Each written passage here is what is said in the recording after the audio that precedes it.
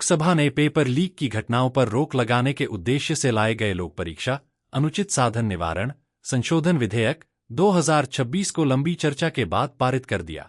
करीब 10 घंटे तक चली बहस और तीखी नोकझोंक के बीच बिल को मंजूरी मिली।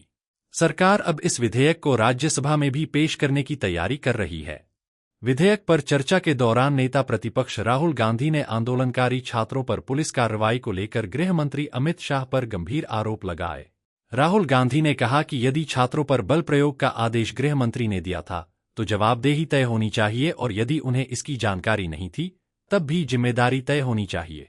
राहुल गांधी के आरोपों पर सत्ता पक्ष ने कड़ा विरोध जताया।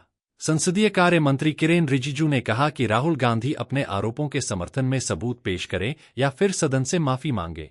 उन्होंने कहा कि सदन में बिना प्रमाण के गंभीर आरोप लगाना उचित नहीं है और इससे लोकतांत्रिक चर्चा का माहौल प्रभावित होता है। लोकसभा अध्यक्ष ओम बिरला ने भी सदन की मर्यादा बनाए रखने की अपील की और कई बार व्यवस्था बहाल करने का प्रयास किया। लगातार हंगामे के कारण सदन की कार्यवाही कुछ समय के लिए स्थगित भी करनी पड़ी। बहस के दौरान राहुल गांधी द्वारा इस्तेमाल किए गए कुछ शब्दों को असंसदीय मानते हुए कार्यवाही से हटा दिया गया। वहीं रक्षा मंत्री राजनाथ सिंह ने सदन में शांति बनाए रखने की अपील की और सत्ता पक्ष के सांसदों से संयम बरतने को कहा ताकि चर्चा आगे बढ़ सके।